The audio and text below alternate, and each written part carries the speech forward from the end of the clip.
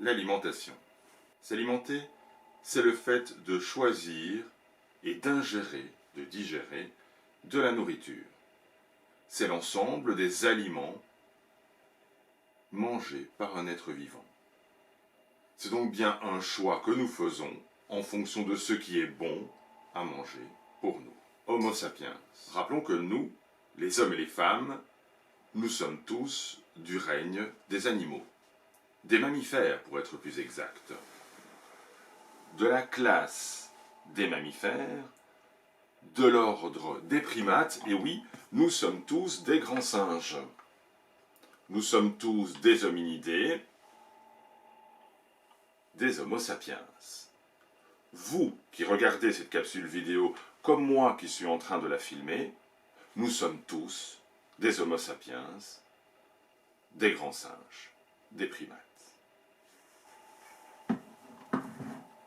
L'Homo sapiens est un omnivore, du latin omni, tout, par exemple dans omnipotent, tout puissant, on entend omni, tout, et vorare, qui veut dire manger, dévorer en latin, manger de tout, omnivore, dont l'appareil digestif permet de manger des aliments d'origine à la fois animale et à la fois végétale.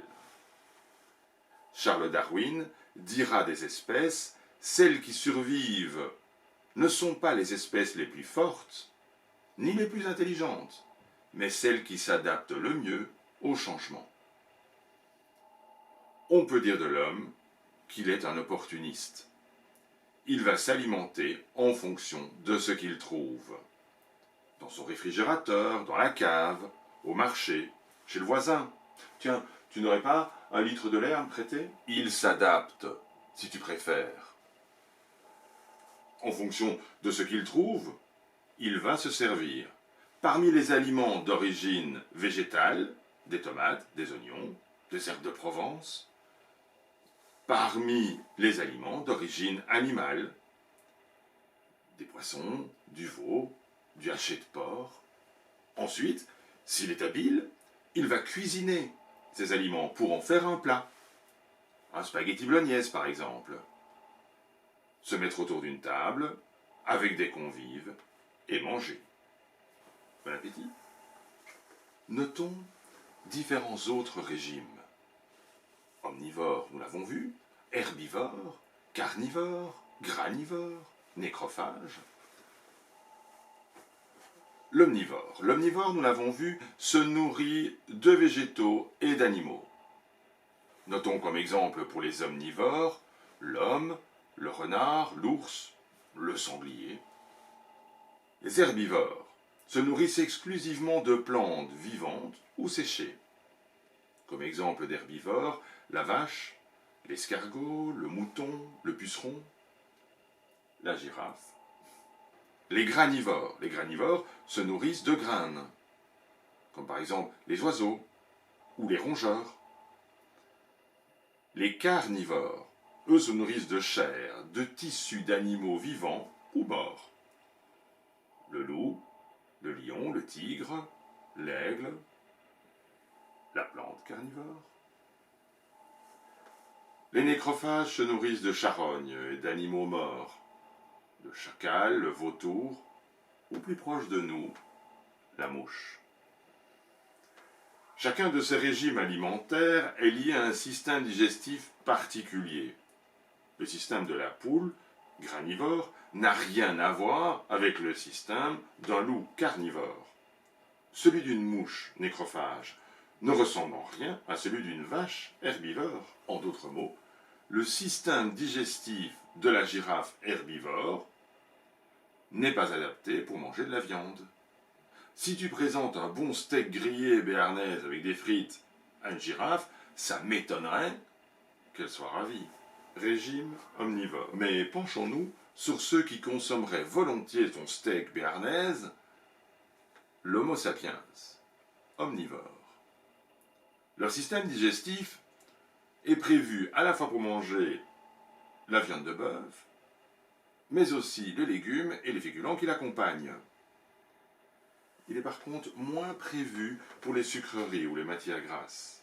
Idéalement, ce primate est prévu d'abord pour consommer de l'eau, des fruits et légumes, des féculents et des céréales, des produits laitiers, surtout pour leur nourrisson, qui va se nourrir principalement du lait maternel, de la viande, des poissons, des volailles, des œufs, la matière grasse, un peu moins, et les sucreries, à éviter. Pour bien comprendre cela, on a rangé ces différents types d'aliments dans une pyramide, un modèle facile à comprendre. L'Homo sapiens va consommer, dans l'ordre de préférence, d'abord de l'eau, pour s'hydrater, pour les sels minéraux qu'on va y trouver. Puis ensuite, les fruits et légumes, pour les vitamines et les fibres. Les féculents, les céréales, pour y consommer les glucides, ce qu'on appelle les sucres lents, qui mettent plus de temps à être digérés, et qui vont dispenser de l'énergie en petite quantité pendant longtemps. Les produits laitiers, pour le calcium, c'est bon pour les os, notamment des nourrissons, notamment dans l'adolescence. Ensuite viennent les VVPO, viande, volaille, poisson, œufs. Pour les protéines animales, on peut y ajouter les légumineuses et les alternatives végétales, pour leurs protéines végétales, qui sont bonnes pour la santé. Les matières grasses, ensuite, pour les lipides, en petite quantité, c'est pour ça qu'ils se retrouvent au-dessus de la pyramide alimentaire, et tout au-dessus, les sucreries, et exceptionnellement, on va les appeler également les extras, c'est eux qui contiennent principalement les glucides, les sucres rapides, qui vont te donner un coup de punch lors d'un effort physique, mais qui vont vite disparaître.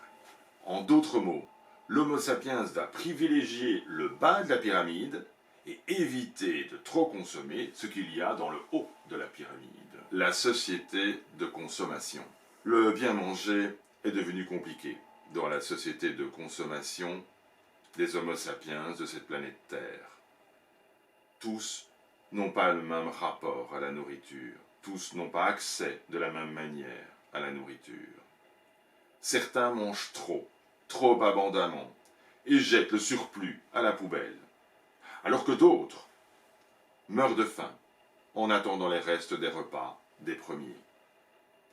La surconsommation côtoie la famine dans le monde. Et cela ne nous dérange pas trop, au final. Pourtant, l'Homo sapiens a développé bien des aptitudes, une forme d'intelligence qu'il croit supérieure aux autres, et des capacités qui lui permettent de conquérir tous les territoires connus. Aujourd'hui, il vit dans une société hyper connectée. Chaque membre de son espèce peut entrer en communication avec n'importe lequel de ses semblables. Les réseaux sociaux sont devenus un moyen efficace de faire circuler l'information. Malbouffe. De ce côté-ci de la planète, la tendance est à la malbouffe, qui est un désastre diététique sans nom. Notre système digestif n'est pas prévu pour cela, nous l'avons dit plus haut. Au lieu de boire de l'eau, nous buvons des sodas. L'eau est dans le bas de la pyramide alimentaire, alors que les sodas, les sucrés, sont tout au-dessus, dans les extras. Pas bon. Au lieu de manger des fruits et légumes, nous mangeons des burgers, pleins de matières grasses. Là encore, les fruits et légumes dans le bas de la pyramide, et nous privilégions ce qui se passe au-dessus de la pyramide. Certains ont carrément retourné, inversé la pyramide alimentaire. Plus de petit déjeuner le matin, chips devant la télé, barres chocolatées devant les écrans de leurs réseaux sociaux, couchés sur leur lit. Mais qu'en est-il de notre alimentation? L'Homo sapiens consomme trop de sel, trop de matières grasses, trop de sucre. Tous réunis, nous consommons près de 175 millions de tonnes de sucre par an, ce qui représente plus de 25 kilos par habitant par année. Or le sucre, c'est pas bon pour la santé. Il provoque des problèmes de vue, de caries dentaires, de diabète, d'obésité, de cancer. La liste est longue, et nos médecins ont du pain sous la planche. Quant aux matières grasses, il y a à boire et à manger. Toutes ne sont pas bonnes pour la santé, même si dans certains pays méditerranéens, la consommation d'huile d'olive crue semble bonne pour la santé. Le sel, quant à lui, cet exhausteur de goût, est carrément à proscrire. Il provoque hypertension et maladies cardiovasculaires. Bien s'alimenter. Mais alors, comment doit-on s'alimenter?